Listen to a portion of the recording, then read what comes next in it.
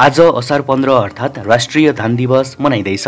असार 15लाई नेपाली समाजमा दही चिउरा खाने पर्वका रूपमा पनि मनाइन्छ। कामको चटारोले थकित भएका किसान शक्ति प्राप्तिका लागि दही चिउरा खाँदा शरीरमा शीतलता भई शक्ति सञ्चय हुने विश्वास गरिन्छ।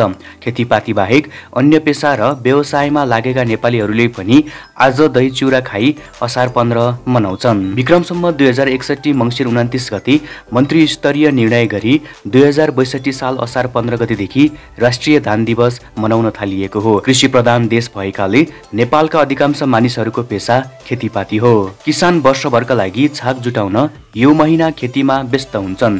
आजको दिन असारे भाकामा लोक दोहोरी गाउँदै छुपो छुपो हिलोमा धान रोप्ने गर्दछन्। मध्य गर्मीको यो समयमा युवा लाठे र युवती रोपाहरूले खेतका गहराको हिलो छ्यापाछ्याप गरेर मनोरञ्जन गर्ने गर्दछन्। असारमा एकपल्ट हिलोमा पस्नै पर्ने मान्यता पनि नेपाली समाजमा रहेको छ। यस वर्ष असार मध्यसम्म पनि देशका सबै भागमा पर्याप्त मात्रामा वर्षा नभएका कारण हुनुपर्ने जति धान रोपाई हुन सकेको छैन।